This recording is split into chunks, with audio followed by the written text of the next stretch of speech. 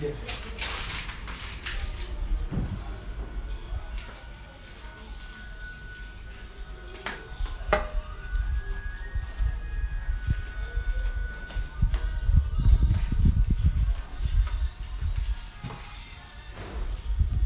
Buenas tardes, bienvenidos a todos. Vamos a esperar unos segundos mientras Instagram notifica a todos nuestros seguidores que estamos realizando una transmisión en vivo. Quizás nuevamente sea alguna sorpresa para algunos, debido a que este proceso nuevamente lo estamos retomando con el propósito de potencializar y actualizar los conocimientos que tanto a ustedes como a nosotros nos interesan y que son útiles para todo el mundo del fitness y acondicionamiento físico deportivo. En el día de hoy vamos a estar desarrollando el Instagram Live métodos de entrenamiento neurohormonal para la pérdida de grasa. Nuestro invitado viene directamente desde Uruguay, Jorge Rodríguez, profesor de educación física, especialista en neuroentrenamiento y en entrenamiento en diversas poblaciones, conferencista internacional, tiene también posgrado en preparación física, es gerente de innovación deportiva de cadena de clubes Premium Sport City, México, y actualmente director comercial en la cadena de clubes Premium Multispa Costa Rica. También recordemos que Jorge es la persona encargada del disertante que va a desarrollar nuestro taller de métodos de entrenamiento neurohormonal que se estará desarrollando este sábado 19 de febrero. Bueno, entonces sin más preámbulos vamos a dar paso a nuestro invitado en el día de hoy para empezar a desarrollar todos los tópicos y subtemas correspondientes a estos métodos que de seguro a cada uno de ustedes y de nosotros nos va a interesar mucho ser partícipes de toda esta actualización de conocimientos, no solo en la parte física, sino también en la parte del sistema nervioso y del sistema endocrino.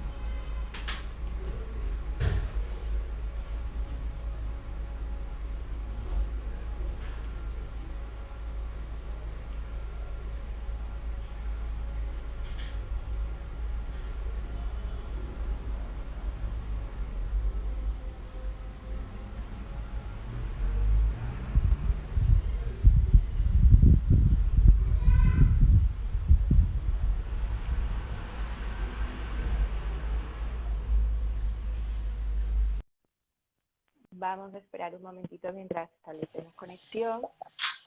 Buenas tardes. Hola, Bienvenido, hola. Jorge. ¿Cómo estás? ¿Todo bien, Bien, Ale? gracias. Muy bien. Estamos aquí ya a la expectativa para iniciar a hablar de este tema que pues, a muchos puede ser algo totalmente novedoso. Perfecto. Emocionado igual que ustedes de abordar un tema tan sensible y más en los tiempos que corren, como en preparación para lo que va a ser la profundización de estas 4 horas de taller interactivo el próximo sábado. Así que feliz de estar aquí. Huele como a café colombiano, no sé por qué, me imagino que será por el entorno en el que estamos, así que feliz una vez más de poder estar con ustedes. Muchas gracias, Jorge, también por aceptar esta invitación, por tener la iniciativa y el liderazgo de compartir con nosotros este tema, que de seguro va a crear esa expectativa y ese deseo por participar en nuestro taller este sábado 19. Muy bien.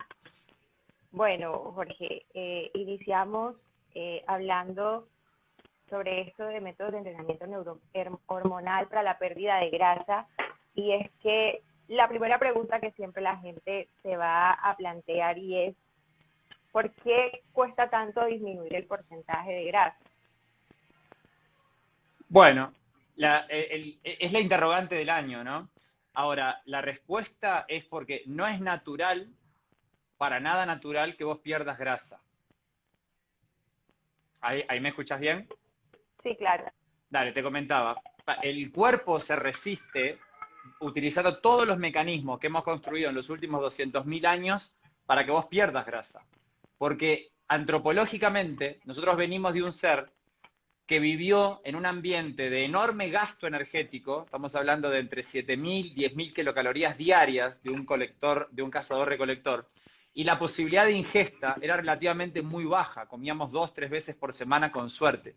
Entonces desarrollamos mecanismos asociados a la sobrevivencia, como por ejemplo la presencia de un gen ahorrador. Ese gen fue descubierto y le dio el premio Nobel a James Neal hace muchos años atrás, que lo que indica es, una vez que tu cuerpo tiene exceso de tejido adiposo, siente que eso es lo que le va a garantizar la probabilidad de sobrevivencia. Por lo tanto, se resiste utilizando todos los mecanismos que pueda utilizar para desembarazarse del exceso de tejido adiposo. Desafortunadamente, nuestro diseño biológico, forjado a la luz del movimiento, como hijos del movimiento, donde condición física y sobrevivencia eran condiciones particulares, hoy sigue siendo la misma.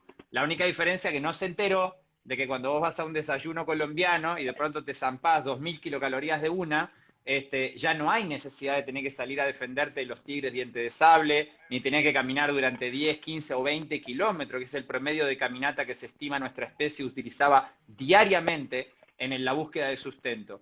Entonces ahí hay una descompaginación entre nuestro cuerpo, su comportamiento y la condición actual. Y para empeorarla todavía, el problema del sobrepeso es multifactorial.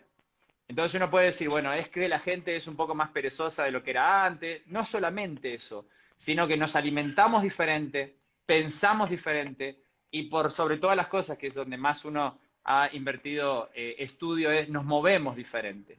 Entonces la solución jamás, jamás de los jamases, tiene que ver con una resolución a través de una sola variable, sino que la resolución tiene que ser multifactorial. Y es por eso que invitamos a todos a entender la importancia que tiene tanto el nutricionista, como el psicólogo, como el entrenador, como el coaching ontológico, si es que la persona tiene acceso a eso, y fundamentalmente la información. La persona tiene que ser consciente de lo que está pasando con su cuerpo para a través de la conciencia poder generar modificaciones en un micromanagement, ¿no?, que se llaman mini hábitos o micro hábitos, que permitan entonces salir adelante, pero 360 grados de acciones, no solamente salir a correr en zona de quema de grasa, porque claramente llevamos 50 años diciendo, señora, corra en zona de quema de grasa, y llevamos 50 años perdiendo gente. Así de simple. Entonces, en ese orden de ideas, cuando también estamos mirando los factores, podríamos también mencionar qué incidencia tuvo el COVID-19. Pudo haber potencializado todo este proceso de aumento de peso. Bueno, en el último IRSA, que se celebró este año, compartieron un dato que a mí me hizo mucha resonancia. Por cada mes de pandemia transcurrido, estamos hablando casi de 24 meses, un ciudadano norteamericano promedio ganó aproximadamente entre 1,5 kilos y 2 kilos. Es un dato importante. Y la pregunta es, ¿qué fue lo que sucedió? Quédate en casa. Es una invitación tácita a incrementar una pandemia que ya existía, que se llevaba aproximadamente 3.500.000 vidas al año, llamado pandemia de inactividad. Se exponenció. Hoy todavía no tenemos datos de la Organización Mundial de la Salud, post-pandémico, cuánta gente está muriendo por inactividad. Lo que sabemos es que eso se potenció. Entonces, uno se pregunta, bueno, ¿fue solamente el quédate en casa? Mucha gente se quedó en casa, agarró la aplicación y se puso a mover, pero fueron los mínimos. El quédate en casa representó también aislate. Y hubo una muy mala interpretación entre el distanciamiento social y el aislamiento social. Tu sistema nervioso y mi sistema nervioso son sistemas que están adaptados para la convivencia. Nuestro cerebro pierde facultades muy rápidas cuando se aísla. Y dentro de esas facultades que pierde, se asocian estados emocionales que empiezan a ser de alguna manera u otra crónicos. Uno de ellos es la depresión y la ansiedad. Cuanto más deprimida estás, más ansiosa estás, tenés dos factores. El primero, hay mayor volumen de ingesta, y ahora voy a explicar por qué más adelante. Y el segundo, tenés mayores estadios de tiempo, donde los estados de ánimo tienen más que ver con el cortisol, la adrenalina, la noradrenalina, la insulina, y estos efectos hiperinsulinémicos, estos efectos donde lo que sobra es, en esencia, hormonas que se llaman lipogénicas, no conspira a favor de que vos bajes de peso. Entonces sumemos todo. Estoy en casa, ya no trabajo 8 horas, ahora trabajo 12 horas, porque como estoy en casa, la empresa se da el lujo de poder pedirme que me quede un poquito más, como más, duermo menos, me deprimo más, y en definitiva va armando una bomba de tiempo que mis hermanos en Colombia y en el resto de Latinoamérica que nos están escuchando, esto recién empieza. Estamos viendo recién la punta del iceberg. Abajo hay un continente entero, es como si Groenlandia entero estuviese metido y Groenlandia es el problema. ¿Se entiende? O sea, recién estamos viendo la superficialidad. Por lo tanto, si antes la gente te decía, ¿cómo hago para perder la llantita? O en Colombia, que siempre tuvieron un concepto muy asociado al entrenamiento estético, ¿cómo hago para hipertrofiar acá? Ahora lo que te van a decir es, ¿cómo hago para empezar a dormir?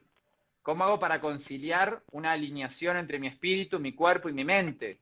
Y el sobrepeso indudablemente va a requerir una intervención interdisciplinar, porque cualquier kamikaze que como entrenador se la quiera rifar a poner un entrenamiento únicamente considerando la variable fisiológica, está viendo la solución en una infinitésima parte, está viendo el 1% del problema.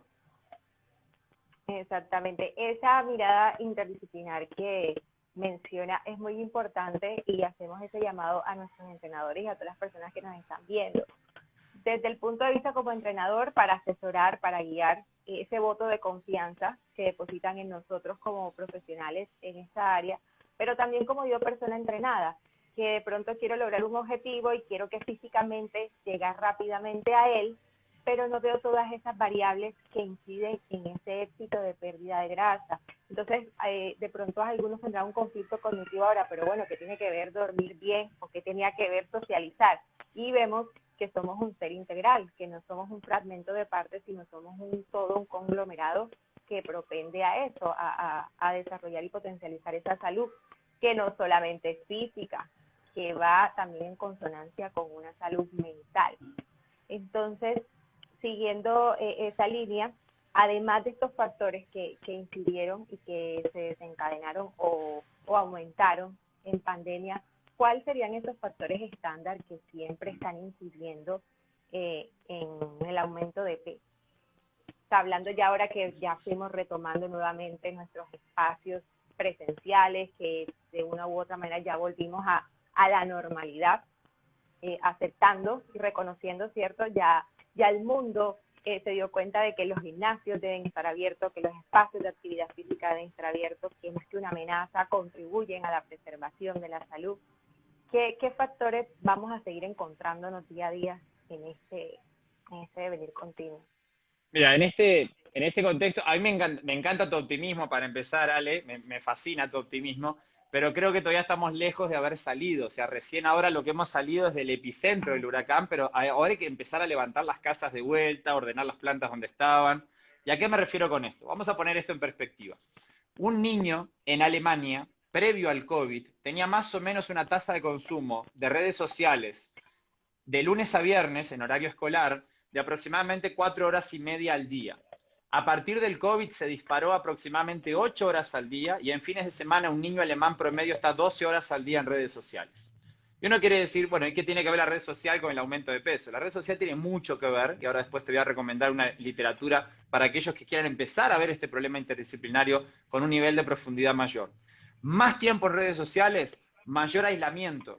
Más tiempo en redes sociales, menor tasa de actividad física. Más tiempo en redes sociales, mayor oportunidad de poder deprimirme y aislarme, porque obviamente están confeccionadas para poder abstraer mi atención y a empezar a compararme a mí con un montón de modelos a través de sistemas de filtros, sistemas aspiracionales que no coinciden conmigo. Por lo tanto, me deprimo un poco más. ¿Eso qué significa? Si yo tengo más tiempo de exposición a dispositivos móviles como los que estamos utilizando en este momento, también tengo menos oportunidad de poder conciliar el sueño. Entonces, ¿cuántos de los que nos están escuchando, lo último que hacen antes de abrazar al ser amado, si es que tienen la oportunidad de hacerlo, orar y dormir, o simplemente dormir, lo último que checaron fue el Instagram, o el Facebook, o lo que sea que tengan, el TikTok, lo que no importa, es lo mismo. Bien, para estas personas, conciliar el sueño es mucho más complicado, porque han recibido estímulos que generan que ciertas glándulas asuman que todavía es de día. Y si es de día, y todavía sigue el software creyendo que estamos en el Paleolítico, asume que deberías de estar despierto en el intento de una posible agresión o en el intento de un escape o huida. Conclusión, si lo último que hiciste fue ver el último capítulo de tu serie favorita en Netflix o checar tu estado de likes en Instagram y luego intentás dormir, tenés severos problemas para conciliar el sueño. Hoy el 55% de la población mundial padece de insomnio. Entonces, vamos a suponer que dormiste 6 horas. Te paso un dato. dormir 6 horas durante 5 días consecutivos, que para un adolescente promedio es lo normal, porque se acuestan terriblemente tarde y tienen que levantarse el otro día a la escuela, representa lo mismo que haber estado sin dormir 48 horas. ¿Vamos de vuelta con esto? 6 horas de sueño promedio es igual a no dormir durante 48 horas. Ale, yo te dejo sin dormir 48 horas y vos sos un zombie. No das una, no pegas una, ¿se entiende? Pero ese no es el problema del sobrepeso. El problema del sobrepeso es que cuando vos entrás en insomnio, consumís solo la tercera parte de los hidratos de carbono y grasas que vos podrías haber consumido durante el momento del sueño. La pregunta es, ¿a dónde se van las otras 2/3 partes? Claramente se va a los sistemas de depósito. Adicional, como no estás durmiendo, estás sintetizando muy poca proteína. Entonces, capaz que al otro día vas al gimnasio y decís, no, no pasa nada, hago hipertrofia. Maravilloso. La pregunta es, ¿en qué momento del día vas a sintetizar proteína? De noche. Ahí es donde viene la anabólisis. La catabólisis la hacemos de día. Entonces, al no dormir, tengo mayor aumento de reservas que se depositan en el tejido graso. Menos probabilidad de síntesis proteica. Y como si eso no fuera lo suficientemente interesante, 2 hormonas llamadas grelina y leptina se desequilibran generando una enorme ganas de comer con una baja tasa de oportunidades de saciedad. ¿Esto qué significa en español? Lo peor que vos podés hacer es acostarte tarde, después de haber recibido un estímulo de longitud de onda azul, fundamentalmente de luz azul, dormir menos de 6 horas y al otro día no tener otra que comerte todo lo que tu sistema nervioso te indica que tengas que comer como un afán de sobrevivir, porque obviamente como no asimila, te pide más. Estos conceptos tienen que ser sumamente analizados y cuidados por el entrenador, porque ¿de qué me sirve que me hayas contratado y que yo no te haga preguntas en las primeras partes de la sesión, como por ejemplo, Ale, ¿cuánto dormiste? Ale, ¿qué hábitos estás generando antes de dormir para poder conciliar un nivel de sueño que sea realmente reparador? ¿Cómo estás gestionando, por ejemplo, ese clásico tendencia a comer algo dulce después de comer? Es obvio, yo ya me lo sé, que si estás pasando por estos estadios de vida, estas situaciones van a ser el ABC. Entonces, la pregunta es, che, Jorge, mirá, te he hecho caso y salgo a hacer actividad física. Ok, ¿qué saliste a hacer? Salgo a pasear al perro alrededor del parque durante todos los días, caminatas de 20 minutos, pero sigo igual y vas a seguir, porque estás completamente malinterpretando dónde está la solución y dónde está básicamente la génesis que produjo el problema. Adicional a que tu cuerpo no quiere perder grasa porque considera de que no es una estrategia evolutiva, ¿se entiende? Cosa que explicamos al principio. Exacto, vamos allí en contravía de lo que por supervivencia y a través de la historia ya está codificado en nuestro cuerpo. Y eso que menciona también tiene mucho que ver cuando las personas le manifiestan al entrenador, pero bueno, yo entreno, yo estoy comiendo bien, pero no estoy viendo resultados, no estoy viendo que mis músculos crecen. Y ahí es donde probablemente puede estar afectando el tiempo que se dedica a dormir y que aparentemente pues creemos que si estamos comiendo bien y estamos haciendo ejercicio, los resultados ya deben ser un hecho. Y estamos dejando por fuera precisamente factores tan importantes como estos que van a hacer que nuestros niveles hormonales se desequilibren y que sí tienen incidencia porque hacen parte de la fisiología de nuestro cuerpo. ¿Qué diferencias hay a lo largo de la vida en términos de pérdida de grasa? Bueno, es bien interesante la pregunta. Vamos a arrancar en un timeline desde niños hasta tercera edad, si te parece, pero vamos a tratar de compactarlo lo máximo posible. ¿El niño tiene que ganar peso? Necesariamente sí. Está en un grado de desarrollo, de evolución, a mayor tasa de movimiento, mayor beneficios, por ejemplo, a nivel cognitivo, a nivel cerebral. Eso se estudia mucho, sobre todo de los 0 a los 7 años. Cuanto más movimiento tenga, mayores redes neuronales y mayor proyección de expansión cognitiva a lo largo de toda la vida del individuo. Pero hay un temita. Si de niño yo empecé a acumular tejido graso, porque soy un niño que de pronto estoy hiperintoxicado por niveles de azúcar estúpidamente altos, en pocas palabras, mis papás confunden el amor o el consentirme a mí con algo, y ese algo es azúcar, a través de una bebida o a través del exceso de otro tipo de repostería industrializada, etcétera, etcétera. Entonces, ¿qué es lo que sucede? Mi cuerpo empieza a atesorar energía, ¿no? Lo cual decíamos es la propia tendencia que tiene tu cuerpo. El problema es que si de niño ya empezaste a acumular grasa, vos tenés un proceso fisiológico que es aumento. Recordemos todos que el adipocito es la célula fundamental del tejido graso. Bueno, el adipocito puede hacer muchas cosas. Una de ellas es hipertrofiarse, se hace más grande. Esto por lo general comienza en la niñez, pero se acentúa en la edad adulta. Y ese no es el problema. El problema es que el adipocito también puede dividirse, se llama hiperplasia. Es una adiposidad hiperplásica. Entonces, si yo tenía un adipocito y ahora tengo 2, 3, 4, ¿no? Y estos a su vez luego crecen, lo que tengo es un severo problema, porque mi tejido graso tiene más células de las que debería de tener. En el niño se da un aumento descontrolado, si no se controla, de obesidad hiperplásica. No tanto hipertrófica, la hipertrófica se está dando, pero la hiperplásica se da más. Entonces, ¿qué oportunidad tiene un niño donde a los 6, 7, 8, 9, 10 años ya tiene claramente sobrepeso adiposo, o inclusive en muchos casos obesidad, de ser un adulto libre de sobrepeso? Muy bajas, muy bajas. Una, por un elemento fisiológico, y dos, por un elemento de hábitos. Si mi lengua desarrolla palatilidad positiva hacia los hidratos de carbono simples, mi cerebro desarrolla una enorme cantidad de mecanismos donde lo que hace es retroalimentar positivamente el hecho de querer más.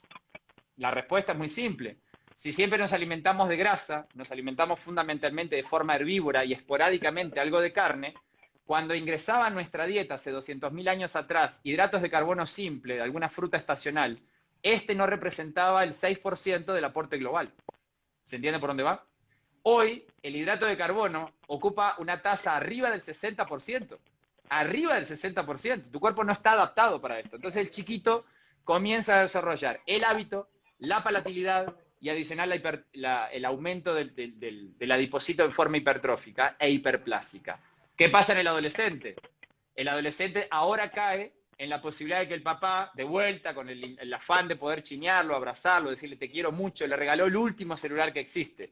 Más redes sociales, más tiempo inactivo, más depresión, más bullying cibernético, una ola de situaciones que realmente nos complican la vida. Cuando llegás a adulto, y más o menos, o jóvenes adultos, de más o menos 25 o 30 años, se te acaba la fiesta hormonal. ¿Vamos de vuelta con esto? Para los que me están escuchando que tienen menos de 35, muchachos, sigan celebrando, pero recuerden que la fiesta tiene un límite, porque todo lo que es hormona de crecimiento, testosterona, tiroidea 3, tiroidea 4, glucagón, estrógenos, empiezan a la baja. Y esas hormonas que acabo de citar son fundamentalmente lipolíticas, tienen un efecto de utilización del ácido graso como fuente energética. ¿Estamos bien? María Alejandra, con 25 años, celebrá, sos una reina, pero cuidado, mi reina, porque en 10 años vamos a estar hablando del mismo tema. Entonces, ¿qué es lo que sucede? Yo necesito entender que el adulto tiene una desventaja con relación al joven, que es su perfil hormonal. Adicional, empezás a perder grados porcentuales de tejido muscular año con año. Y eso considerando de que no te tuviste que ausentar del gimnasio. Aún así lo vas haciendo. ¿Estamos bien? Entonces, ¿qué es lo que hacemos? Entender que conforme van pasando los años, cada vez es más importante la actividad física, fundamentalmente aquella que prolifere, que incremente, que estimule los niveles de hormonas lipolíticas, no las lipogénicas, que ya las veníamos estimulando con todo lo que estamos intoxicando. ¿Qué pasa en la tercera edad? Contestando tu pregunta y cerrando este timeline. En la tercera edad ya se empiezan a evidenciar, a partir de los 60 y 65 años, severos procesos de sarcopenia, severos procesos de sarcodinapenia. Es decir, es muy difícil, y si no, preguntarle a tus amigos los culturistas, hasta qué edad ellos pueden sentirse cómodos compitiendo. Hay culturistas de 90 años, pero cuando ves cómo lucían a los 35 y cómo lucen a los 60 cuando compiten, a pesar de estar con mucha farmacología ayudándolos, claramente es un organismo que no tolera ese grado de desarrollo muscular. Más allá del efecto psicológico, que es devastador para un atleta de esta categoría, ya de 40, 45 años, que no se puede sostener, el problema es, imagínate para los que no han pisado el gimnasio nunca, la sarcopenia se los come en 2 segundos. Entonces ahora sí, desde chiquito me hiperintoxicaron con azúcar, inactividad y redes sociales. De grande todo estaba bien hasta que más o menos cumplí los 30. Y de adulto no pienso moverme porque nunca me moví en la vida, pero sigo siendo una máquina devoradora de azúcar. Maestro, si llegás a la tercera edad y no tenés resistencia insulínica, diabetes tipo 2, ya tuviste 3 o 4 infartos, sos extraterrestre. O sea, hacete una prueba de genes y donalo a la NASA porque sos de otro planeta. Es obvio que te vas a hacer pedazo. Entonces, ¿de qué se trata? Se trata de entender la solución desde 365 grados y que cada franja etaria, cada modelo de vida, cada 10 años, tiene una connotación muy diferente. Muchas de las chicas que me están escuchando gozan de un ciclo hormonal alucinante, son regulares, está bárbaro. Las que me están escuchando, me escucharán en un futuro y son menopáusicas, tienen un contexto completamente diferente. Entonces, a la hora de la hora, ¿cómo los estás ayudando y qué herramientas tenés para ayudar al menopáusico, al de 30 y al de 5 y al de 15? Y eso es exactamente lo que nos vamos a concentrar el próximo sábado. Es decir, ¿qué debería estar haciendo yo con clientes de diferentes momentos etarios para proyectar una adultez siempre plena? Que para mí lo que significa es en el completo control de tus facultades y en el completo control de tu individualidad. No arrastrar a toda tu familia a un problema porque vos ya no sos independiente por las múltiples decisiones erróneas que has tomado a lo largo de tu vida, no por voluntad propia, sino muchas veces por desconocimiento o porque caemos en las garras de industrias como la alimentación o la farmacológica que definitivamente lucran porque no es rentable una sociedad sana. Por lo tanto, mejor conclusión que esa no podríamos tener. Exactamente. Bueno, entonces esto también nos conlleva a situarnos en esa labor que debe hacer el entrenador, ¿cierto? De, como mencionaba anteriormente, indagar con el entrenado, con el asesorado, cuáles son sus hábitos para poder hacer una prescripción y una planificación de un entrenamiento basado en las necesidades, intereses y también en todo de pronto ese compendio de patologías o de situaciones que viven cada uno, porque a veces se tiende a estandarizar entrenamientos dejando a un lado, y hoy le estamos dando mucha predominancia a todo lo concerniente a componente neurohormonal. Entonces, no soy médico, soy entrenador, pero entreno personas que están constituidas por un cuerpo humano, ¿cierto? Y que tiene unos componentes fisiológicos, anatómicos, unos componentes emocionales que también tienen mucho que ver con el sistema neuroendocrino. Y entonces es allí la tarea donde, y también la invitación que les hacemos para que participen este sábado, porque se van a ver precisamente la incidencia de estos factores en el éxito de esa pérdida de grasa y también de mantener nuestros niveles de masa muscular, no solamente para aquellos de pronto que van a ser, que son deportistas o que tienen alto rendimiento, sino para nosotros ser funcionales en nuestra vida diaria, seguir siendo independientes, que podamos hacer nuestras actividades sin dependencia de otras personas. Totalmente. Y hablando justamente del entrenamiento de la fuerza, que muchos de los chicos que nos están acompañando son especialistas en el entrenamiento de la fuerza, el incremento en el tejido graso no es problema del tejido graso. Si esto fuera el salvaje oeste, habría un cartelito pegado de la cantina que dice, se busca vivo o muerto, ¿no? Y aparentemente estaría la cara del tejido graso, saldría un adiposito en el medio. No, no, no, borren ese cartel, es una mala interpretación de la realidad. Se busca vivo y bien vivo al tejido, y el que sale ahí es un músculo. Nosotros lo que tenemos en este momento es un problema de sarcopenia, es decir, de pérdida del tejido muscular mundialmente generalizado. La gente no se mueve. Te cuento un dato antropológico, y este dato te voy a contar un poquito también después a quién podemos seguir. El doctor Daniel E. Lieberman, autor de múltiples libros, La historia de la humanidad, la historia del movimiento humano y últimamente el exercise, justamente lo que nos comenta es que no ha habido en toda la evolución humana una versión del Homo sapiens tan sarcopénica como la que estamos atestiguando en la actualidad. Eso significa que en toda la historia de la humanidad, y son 200.000 años, flaco, o sea, ya pasó un rato, nunca habíamos tenido tipos tan descarnados como los que tenemos ahora. Entonces es obvio que si el tejido muscular en realidad está íntimamente relacionado al tejido graso, si este desaparece y enferma, a este no es un ente autónomo, está altamente relacionado con este otro, a través de múltiples procesos bioquímicos, no tiene otra que enfermar. Entonces todo lo que atacamos y lo señalamos y decimos, ah, mirá, panículo adiposo, tejido graso, flaco, ¿no te diste cuenta que el que falta es el otro? O sea, el Big Brother de la película es el músculo. Con esto no quiero decir que mañana todo el mundo tiene que salir a los gimnasios a hacer hipertrofia y con eso van a estar súper sanos. No, mi amigo. Se trata de un músculo metabólicamente activo. Un músculo que tenga esa capacidad alucinante de poder seguir produciendo sustancias hay más de 400 ya detectadas hasta el momento, que abonen a favor de la salud de otros tejidos. Entonces tenemos que poner la carreta exactamente atrás del caballo y no al revés. La grasa y el exceso graso no es el culpable del problema, es simplemente el humo. El responsable, el fuego, el que lo genera, son los hábitos de vida, el tipo de consumo que hacemos, pero fundamentalmente la ausencia de un tejido muscular que en cantidad, y más importante aún, en calidad, no satisface las necesidades mínimas necesarias y por ende manda órdenes de enfermar a otros tejidos, como son muchas citoquinas proinflamatorias, que desafortunadamente es la que se está arrasando con la población que decide no moverse. Bueno, ya hicimos la identificación, qué es lo que está ocurriendo, a quién deben buscar y quién debe prevalecer en nosotros, ¿cierto? Para no desencadenar este tipo de situaciones. Ahora la pregunta que surge es, de los métodos aeróbicos, ¿cuál es el menos rentable para la pérdida de grasa? Bueno, el menos aeróbico se llama sofá. Ese es el menos rentable de todos. Por lo tanto, siempre abogamos, aunque esté, no sé, camine al baño, por lo menos muévase.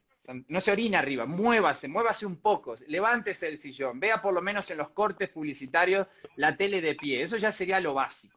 ¿Con eso sobrevivimos? No, con eso te vas a morir, nada más que por lo menos hiciste un intento. ¿Qué sigue? Sigue lo que conocemos como salgo a caminar. Maravilloso que salgas a caminar. La pregunta es ¿a qué intensidad? Cuando vos no lográs umbrales mínimos necesarios, esa actividad metabólica no tiene impacto en la utilización del ácido graso como fuente energética. No lo tiene. De hecho, las personas que hoy salen de la inactividad y empiezan un programa de acondicionamiento físico y optan por el método aeróbico, continuo, invariable, de baja intensidad, y pasan meses y meses y meses así, no generan grandes cambios metabólicos. Y la pregunta es ¿por qué? Porque ni siquiera le dieron al mínimo de intensidad para que empiece a producirse una bioquímica interna, unos cambios a nivel moleculares que permitan que el ácido graso empiece a salir al torrente sanguíneo a ser utilizado. Entonces, ponemos un ejemplo simple. Si vos ves al adipocito, que es esta célula que estoy señalando hipotéticamente acá, la membrana externa está rodeada y tiene mucha riqueza en receptores que están esperando señales. Algunas de esas señales solo se desencadenan con actividades de moderada y de alta intensidad, no de baja intensidad. Entonces, cuando vos tenés ausencia de catecolaminas, cuando vos tenés ausencia de algún tipo de hormona que está desencadenada por ejercicios de más alta intensidad, el ácido graso, el adipocito, sigue en stand-by. Y es más, se sigue haciendo cada vez más grande. Y vos estás feliz de que estás saliendo a caminar, pero no está cambiando nada. Conclusión, los métodos que son continuos aeróbicos, de baja intensidad y de larga duración, que durante años los hemos prescrito, ¿no? Camine en zona de quema de grasa, haga no sé qué en zona de quema de grasa, básicamente demoran demasiado, en general, niveles mínimos de citrato, que después se transforman en oxalacetato, que después se reconvierten en aceticoenzima A y que dan a la mitocondria una actividad mitocondrial. Se demora muchísimo, 20 minutos en personas que no están entrenadas. ¿Quién aguanta 20 minutos de espera metabolizando hidratos de carbono por la vía aeróbica para luego empezar recién por la vía de la beta-oxidación, del ácido graso? La gente entrena 30 minutos y se va. Punto, se aburrió.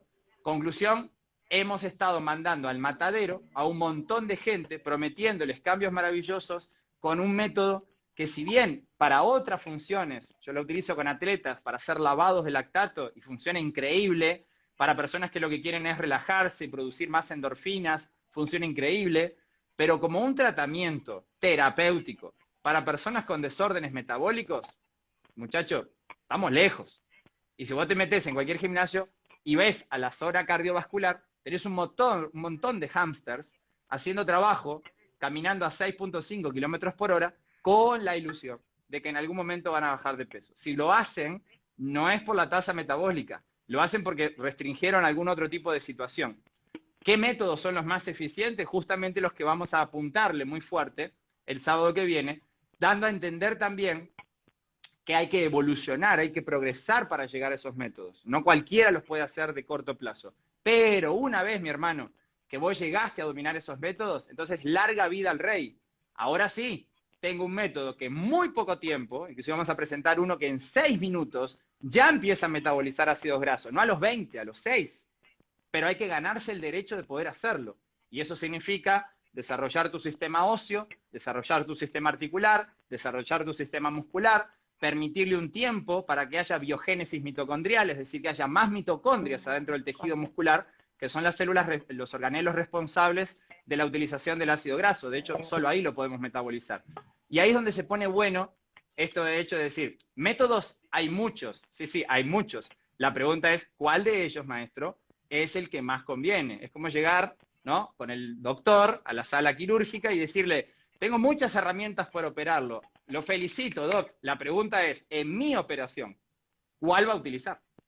Y ahí es donde se diferencia los seguidores de Instagram de los que realmente invierten tiempo, energía y dinero en tratar de tener un conocimiento cabal, teórico primero y de aplicación práctica después, de decir con qué herramientas cuento para enfrentar una población mundial cada vez más sarcopénica, cada vez más inactiva y cada vez más ávida de buscar soluciones a través de la actividad física como herramienta terapéutica. Bueno, una vez que ya identificamos cuáles son esos métodos menos rentables y ya sabemos que precisamente en el taller vamos a identificar cuáles son los más efectivos, idóneos a cada también objetivo trazado, ¿cuál sería ese tiempo requerido, ese tiempo mínimo de entrenamiento para poder ver resultados? Está, buenísimo. Tenemos acá dos situaciones. La primera es, si vos lo que querés es trabajar sobre métodos de entrenamiento que permitan cambios moleculares, donde ya se empieza a generar cierto beneficio, y ahora voy a citar uno, los tiempos que tenés que invertir son relativamente cortos. La Organización Mundial de la Salud inicialmente, hace mucho tiempo atrás, dijo 150 minutos de actividad física a la semana sería lo mínimo necesario para que usted se mantenga sano. Estaba hablando de la glicemia, de la hipercolesterolemia y de algunos otros variables más. ¿Hasta ahí vamos bien? Luego, obviamente, había avalanchas de información que decía, maestro, te estás quedando un poquito rezagado, ¿no? Bueno, está bien, entonces, 75 minutos a la semana, pero, no de baja intensidad, de moderada o de alta intensidad. Y uno dice, bueno, bravo, ya se actualizaron un poquito. Y últimamente han llegado todavía a una conclusión un poquito más sabia. Si usted mezcla cardio y fuerza en una misma sesión, lo cual por definición es un modelo de entrenamiento, una sesión concurrente, concurren más de una variable que después ordenadas estratégicamente genera un efecto positivo, usted podría perfectamente estar menos de 75 inclusive minutos a la semana. Para no hacerles el cuento largo, si vos tenés la oportunidad de moverte enérgicamente, con que al día tengas 10 minutos, 10 minutos y 10 minutos, hay inclusive entrenamientos que son de alta intensidad de 7 minutos, vamos bien que ahora están muy popularizados, ya es suficiente para vos mantenerte sano. ¿Eso qué significa? El viernes te diste un gustito, pediste una pizza, te intoxicaste con algún refresco el fin de semana, está bien, no pasa nada, porque tenés factores preventivos a través de 10, 10 y 10, pero ¿de qué intensidad? Boom, boom, boom, boom, arriba. Ahora, no me muevo y me doy los gustitos, gustito le vas a dar al doctor, ¿se entiende? Y a la industria farmacológica, a ese le vas a dar un enorme gustito, porque vas a tener que hipotecar parte de tus bienes, tu tiempo y tu energía, en un fármaco que ahora va a tener que controlar aquello que otro fármaco podía haberlo hecho y mucho más barato. Y el fármaco al cual me refiero, más democrático, más barato, se llama ejercicio. Y es el único fármaco que no genera efectos secundarios devastadores para otros órganos en el intento de solucionar algo. Así que con 10 minutos que usted tenga al día, multiplicado por 3 sesiones en el mismo día, ya es algo. Y si quiere alargarlo un poquito más, de 20 a 30 minutos de actividad moderada. Ya si usted quiere caminar más lento, la tasa sube un poco más. Pero imagínate, cuando te dicen, es que, Ale, lo que pasa es que no tengo tiempo. ¿No tenés tiempo para qué? ¿No tenés 10 minutos? Robale 10 minutos a Instagram, robale 10 minutos en la tarde, ¿se entiende? A TikTok, y robale 10 minutos a Tinder en la noche, y con eso tenés 10 minutos fantásticos, ¿se entiende? Se trata de priorizar, o sea, ¿qué es lo que te preocupa? Y básicamente por ahí va el asunto. Bueno, destacar eso también, la intensidad, ¿cierto? Es muy importante porque la gente, bueno, puede ir en contravía cuando mencionamos. Y lo que decía ahorita, bueno, yo salgo a caminar, pero ¿cuál es la intensidad y cuál es el objetivo en que estás aplicando esa caminata? Porque hay gente que dice, ay, yo salí a caminar 10 minutos, pero ¿cuál fue la intensidad de tu entrenamiento? Y por eso, por mucho que lo hagas repetidamente todos los días, sagradamente a esa hora, no va a servir y no va a lograr ningún efecto benéfico. Entonces, distinguir y tener presente la intensidad con la que estamos haciendo el entrenamiento, el ejercicio. Y bueno, se me adelantó un poquito, profe, porque ahí hay un enfrentamiento entre quién debe ir primero, fuerza o cardio. Ahí tenemos también ese interrogante. Ese interrogante, es una interrogante eterna y no hay una solución única a si en la misma sesión, que repetíamos, se llaman métodos concurrentes, que son orientación variada, así es como Platonov la definió hace muchos años atrás, cuando sobre una misma sesión aparecen más de una capacidad, pueden ser 2 o más, hay sesiones mucho más complejas como las que usamos ahora en el síndrome post-COVID, donde tenemos que agregar 4 o 5 variables diferentes en 60 minutos para poder ayudar a las personas con la mayor cantidad de síndromes que están siendo arraigados posterior a un COVID agresivo, ¿no? Entonces, volviendo a nuestra pregunta, depende del objetivo. Cuando nosotros, bueno, este sábado nosotros vamos a hablar específicamente de lo estratégico que puede ser saber qué colocar primero, pero ya estuvimos dando algunas pautas. Si el tejido graso no recibe señales de hormonas que son fundamentalmente lipolíticas, es un tejido graso que por más que lo sometamos a cargas aeróbicas, se va desembarazando, y cuando hablo de desembarazar es que simplemente el glicerol y los ácidos grasos hacen lisis, se rompen, y los ácidos grasos fundamentalmente salen, pero en una condición muy lenta. Si llegaron señales muy fuertes a la membrana y manejaron por transducción señales internas para que el ácido graso se libere más rápido, entonces quiere decir que hiciste algo al principio de la sesión que puede haber ayudado. Vamos a poner un ejemplo, de los cuales el sábado vamos a hablar de un montón. Bienvenida, Ale, a tu sesión de entrenamiento. Entiendo que querés perder peso. Vamos a la caminadora a hacer entrada en calor.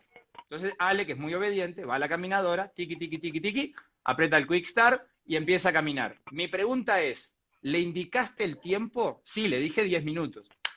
Te felicito, ya manejaste una variable de la carga de entrenamiento. ¿Le diste alguna otra variable? Ni puta información que le di a Alejandra. Listo. Entonces, ¿cómo pretendés que a lo largo de la sesión pueda haber específicamente cambios si ni siquiera en la entrada en calor estás utilizando el sistema nervioso? El sistema nervioso, que el que vamos a ver el sábado, se caracteriza por tener en la parte autónoma 2 tipos de cable, un inhibitorio y un activatorio. Necesitas enchufar el cable activatorio, maestro, y eso se conoce como el sistema nervioso autónomo simpático. Simpático. Y el simpático no se desencadena prioritariamente caminando a 6.5 kilómetros por hora. Entonces, ya desde la entrada en calor, más allá de si el cardio va primero o la fuerza va después, ya desde la entrada en calor, estás marcando cuál va a ser la tónica de la actividad. Obviamente después necesitamos empujar este pool hormonal para que entonces en la última parte nos concentremos básicamente en tener todo el contexto bioquímico adecuado para un mayor consumo graso. El sábado, básicamente, los modelos que vamos a analizar, que son modelos que hemos aplicado, hemos aprendido de grandes maestros, como por ejemplo el profesor Mario Di Santo de Argentina, que lleva trabajando en esto mucho tiempo, los profesores Rubén Argemi, que son especialistas en el tratamiento de población con desórdenes metabólicos, citar algunos ejemplos del doctor también de Chile, Carlos Saavedra, que ha dedicado su vida entera a analizar los cambios estructurales y metabólicos fundamentalmente asociados a la fuerza, tal es así que él mismo ha patentado un método que vamos a citar el sábado y referenciarlo a él correctamente como el 1x2x3, y esto da cuenta de la enorme información que hoy tenemos con relación a qué funciona y qué no funciona, en qué orden funciona, en qué orden no funciona. Y creo que eso es lo que va a estar más rico este sábado. Bueno, y para culminar con esta ronda de preguntas formuladas por la escuela y que posteriormente vamos a tener de pronto algunas intervenciones de los participantes, de los expectantes que están aquí. Bueno, ya hablamos que cómo debemos activar en el entrenamiento, qué pauta debemos seguir para la pérdida de grasa, pero ¿qué sucede con el azúcar en la pérdida de peso? Bien, todo un tema tocaste. Espero que webinar no llegue demasiado lejos, podemos ir todos para adentro. Pero, a ver, el problema que tenemos acá, amigos y amigas, es que en la industria de la alimentación, siempre lo que se está buscando a través de diferentes conocimientos de la conducta humana es qué sustancias generan que vos puedas replicar la conducta de consumo. Si yo fuera un ingeniero en alimentación, a mí lo que me preguntaría una empresa que se dedica a fabricar algo es ¿qué le ponemos, qué le agregamos, qué le quitamos para que la gente pruebe una y no pueda dejar de probar la segunda, la tercera y la cuarta? Y la respuesta es súper simple. ¿Y por qué no buscar sustancias adictivas? Entonces la empresa te dice, señor ingeniero, cuidado, si nosotros nos metemos heroína o cocaína a las galletitas, primero, no es legal, segundo, los niños van a tener severos problemas mentales, y tercero, vamos a ir todos presos. Entonces le digo, bueno, ¿y si utilizás drogas legales? Y ahí es donde cae el azúcar. Es una sustancia que en exceso es adipotóxica y adictiva. Hepatotóxica, ¿qué significa? Que ataca directamente al hígado. ¿Por qué? Porque era tan poca la oportunidad que nosotros tuvimos durante muchos años de metabolizar fructosa, que esa sustancia en particular, que es lo que le da una palatabilidad de sabor dulce a la sustancia azúcar, tiene la característica de no ser metabolizada a nivel intestinal, sino que va directamente a ser metabolizada a nivel hepático. Es por eso que hoy tenemos chicos de 8, 9, 10 años con hígado graso, que uno dice hígado graso, cirrosis. Eso no es una enfermedad como del adulto, sobre todo del adulto que se excedió en consumo de alcohol o azúcar. Sí, pero ahora lo vemos en niños. Y la pregunta es, ¿qué está pasando? No hay legislación que vele por los objetivos de salud de la población. Hay legislaciones que vele por los objetivos económicos de grandes empresas, que obviamente lo que te dicen es, a ver, nosotros consideramos que si la Organización Mundial de la Salud dice que 50 gramos de azúcar en un adulto es lo máximo tolerable sano, nosotros estamos dentro de ese rango, porque este refresco o este postre tiene menos. Suave con esto. Primero que no son 50, es mucho menos. Se llega a hablar de entre 20 y 25 gramos de azúcar por día para mantener una estabilidad. Y segundo, no caigamos en la trampa de las kilocalorías. Cuando alguien habla de kilocalorías o calorías neutras o cerradas o cero, vacías le llaman también, el problema es que pensamos que todo se resuelve por un problema matemático. ¿Cuánto ingresa? 100. ¿Cuánto egresa con 20 minutos de carrera? 101. Ah, entonces corriendo puedo comer esto. Game over. El problema es cuando ingresa, ¿cuál es el efecto de la sustancia? Con independencia de su valor kilocalórico. Cuando vos ingresás azúcar simple, lo primero que se detona es la respuesta a una hormona que tiene como objetivo que vos sobrevivas, haciendo que la poca glucosa que ingresaba en el pasado, o el azúcar que ingresaba en el pasado, rápidamente tenía que ser guardada como fuente de energía, porque era muy rica, pero era muy pobre. Hoy tenemos mucho. Por lo tanto, los chicos que constantemente están consumiendo ese tipo de sustancias viven en un estado que se llama de hiperinsulinemia. Hiperinsulinemia. ¿Eso qué significa? Que la insulina tiene un efecto sobre todos los sistemas, pero en particular sobre el sistema graso, tiene un efecto lipogénico. Lipogénico de génesis. Por lo tanto, imagínate un individuo que llega con vos con una bebida rehidratante glucosada, la marca que vos quieras, y te dice, listo, Ale, ¿hoy qué me toca? Hoy lo que te toca es sacarte esa porquería de la boca, pelotudo. O sea, venís conmigo a intentar bajar de peso y traes la hiperinsulinemia a tope. O sea, ¿qué querés que yo haga? ¿Ves que atrás dice entrenador personal? No dice mago, dice entrenador personal. Por lo tanto, mi principal recomendación es 2 horas antes, 0 azúcares simples. Durante mi sesión, 0 azúcares simples. Posterior a mi sesión, 0 azúcares simples. ¿Por qué? Porque lo que estoy intentando es incrementar el volumen de hormonas lipolíticas. Y vos me traes una sustancia que incrementa el volumen de hormonas lipogénicas. La lipogénica le gana a la lipolítica, porque naturalmente es lo que tu cuerpo requiere para sobrevivir en un antiguo paleolítico. Conclusión, ya desde ahí arrancamos mal, cuando vemos que en muchos de los refris de los gimnasios, la oferta que tenemos son bebidas ricas en azúcares simples. Está bárbaro, pero el único que puede abrir la puerta y tomarla es el triatleta, el nadador de aguas abiertas, el culturista, el que tiene una tasa de consumo energético estúpidamente alta y requiere rehidratarse con hidratos de carbono simple porque si no, no hay manera de que aguante una sesión de más de hora y media sin parar. En él, ¡bravo! Dale para adelante. Pero usted, que viene con sobrepeso adiposo, que pesa 140 kilos, ¿qué carajo se está haciendo con la bebida en la boca? Suelte eso. ¿Se entiende por dónde va? Obviamente un poco más sarcástico para la gente no se duerma en la tarde, pero por ahí va la jugada. Bueno, Jorge, muchas gracias. Y aquí tenemos algunas preguntas como por dónde es el sábado del taller. Bueno, tienen que comunicarse al 304-6906, escribirnos a través del directo de nuestro Instagram, ECAF Escuela Oficial, o a través de nuestro Facebook, ECAF Oficial. Allí van a tener toda la información concerniente para poder participar este sábado 19 en la jornada de la tarde, donde Jorge Rodríguez será el disertante. Vamos a cerrar, Jorge, con este interrogante. Quiero que dejemos allí esa expectativa, porque aquí integra todo, parte de entrenamiento neurohormonal y emocional de las personas cuando enuncio lo siguiente. ¿Qué relación tiene la gestión de emociones en los objetivos de pérdida de grasa y cómo los entrenadores deben de prepararse mejor en nuevas fronteras de conocimiento? Bueno, excelente pregunta. Y después, si me permitís, vamos a dar una excelente buena noticia. O sea, primero tenemos una buena respuesta y después una buena noticia. La buena respuesta. Indudablemente, lo que enfrentamos en el futuro es un montón de personas que se empiezan a volcar por primera vez en toda su vida a los centros de acondicionamiento físico, que no eran de permanencia, ¿se entiende? O sea, no era de que ya estaban con nosotros. Vienen porque la pandemia los despedazó más de lo que ya estaban todavía. Entonces, ¿cómo podemos enfocar este tema? Entendiendo que el tratamiento, únicamente a través de una razón fisiológica, hoy le toca a usted tanto, a tanta intensidad, con tantas series, tantas repeticiones, es un carácter minúsculo de tu intervención. Un carácter mayúsculo tiene que ver con empezar a involucrarte en aspectos como, por ejemplo, Ale, ¿qué tan bien dormiste anoche?